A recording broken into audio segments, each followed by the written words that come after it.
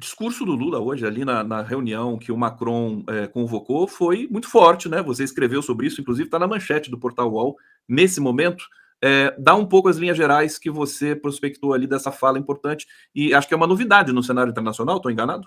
Certamente, Conde. Olha, vamos colocar aqui num contexto. Nós estamos falando de um evento que tinha o primeiro-ministro da China, tinha o chanceler alemão, basicamente os principais países africanos, né, África do Sul, inclusive. Então você tinha ali um grupo bastante importante.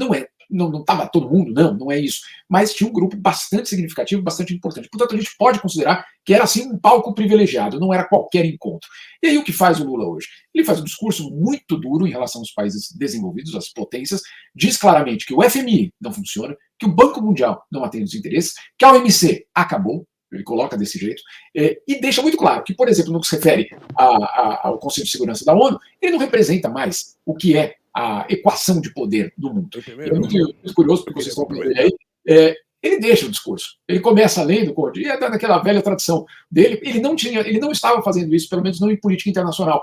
No G7 ele leu o discurso, etc. Nesse aí ele começou lendo, pôs o discurso de lado e tocou, né, de ouvido. Ele falou assim, a gente ficou mexendo, eu fiquei mexendo nesse discurso, passei a noite mexendo, e não vou usar isso aqui. É basicamente isso, para o desespero dos diplomatas do Itamaraty. Mas é o que há. E o que, de fato, o que ele fez foi algo bastante, eu diria, forte. Em primeiro lugar, questionando, confrontando as potências, dizendo, olha só, gente, isso aqui não funciona mais. Quando é que vocês vão se dar conta que esse sistema já foi, que ele já é arcaico, que ele não atende mais aos interesses internacionais? Então, esse é um primeiro ponto bastante duro, bastante claro. E ele também fala do próprio acordo Mercosul-União Europeia, dizendo que, claro, da forma que é colocado, não tem como ser assinado, não é só pela questão ambiental, tem outros capítulos bastante complicados desse acordo. É um acordo que, para os exportadores brasileiros, é muito curioso isso, né, porque os europeus sempre vêm falando, não, porque vai desmatar e etc. E não estão errados em estar com essa preocupação, mas vamos lá olhar para o acordo e ver quanto de cota o Brasil vai exportar de carne e de açúcar para a União Europeia dentro do acordo. Conde, é assim, ó, pequenininho. Né? Não é um acordo revolucionário para a exportação de carne brasileira. Não, para você ter ideia, em alguns setores de carne, a cota que os europeus vão oferecer, caso o acordo um dia entre em vigor, ela já foi preenchida.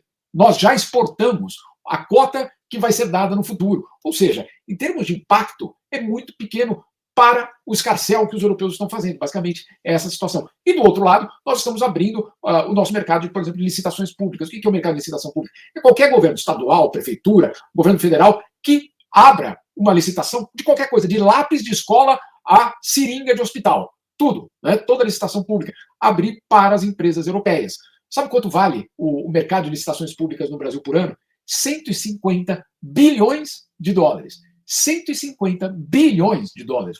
Então, assim, não tem comparação entre o que o Brasil vai abrir para os europeus e a cota que nós ganhamos para exportar carne e açúcar para a União Europeia. Não há um equilíbrio. Então é disso que basicamente ele está dizendo. Também tem um outro aspecto até de forma, os europeus falaram que são nossos parceiros estratégicos, mas ir lá e fazer pressão, etc. Então tem essa questão. Resumindo aqui a história, o discurso do Lula é importante, muito importante, porque ele bota basicamente o Brasil numa inserção, querendo ter uma inserção diferente no mundo, e dizendo basicamente, o meu mandato será o de rever essa estrutura de poder no mundo. É essa a mensagem dele hoje. Não é o acordo Mercosul, ou etc., um pontual, não. É a estrutura de poder que existe hoje no mundo, precisa ser reformada. O pessoal, vamos dizer assim, da ONU, da cúpula da ONU, Antônio Guterres, por exemplo, ele aplaude esse discurso. Por quê? Porque ele sabe que a ONU, da forma que está, ela está imobilizada, sem dinheiro e sem capital político. E por que isso acontece com a ONU? Porque ela não mais representa as relações de poder no mundo. Então, por que é que ela vai funcionar? Por que é que alguém vai dar crédito para uma instituição que parou em 1945?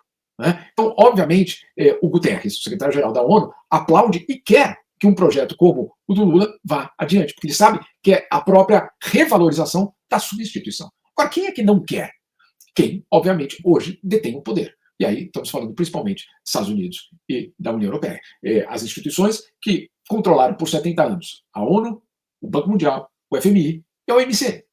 Se você colocar isso aí dentro de uma estrutura, é basicamente a estrutura de poder do mundo do século XX. Né? Isso tudo está ruindo. Está ruindo, não há nenhuma dúvida sobre isso. E não tem, por enquanto, nada que substitua.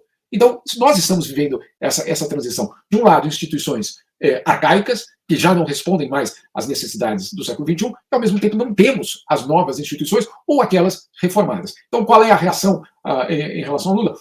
Da parte daqueles que detêm o poder, calma aí, vamos ter de baixar a bola, ou pelo menos amenizar essa situação, porque, claro, se ganha força esse discurso do presidente Lula, o que acontece? Há, obviamente, uma pressão muito grande para que essa reforma aconteça. O que significaria, por exemplo, uma reforma no Conselho de Segurança? Significaria que novos países teriam poder de veto. Veto sobre o quê?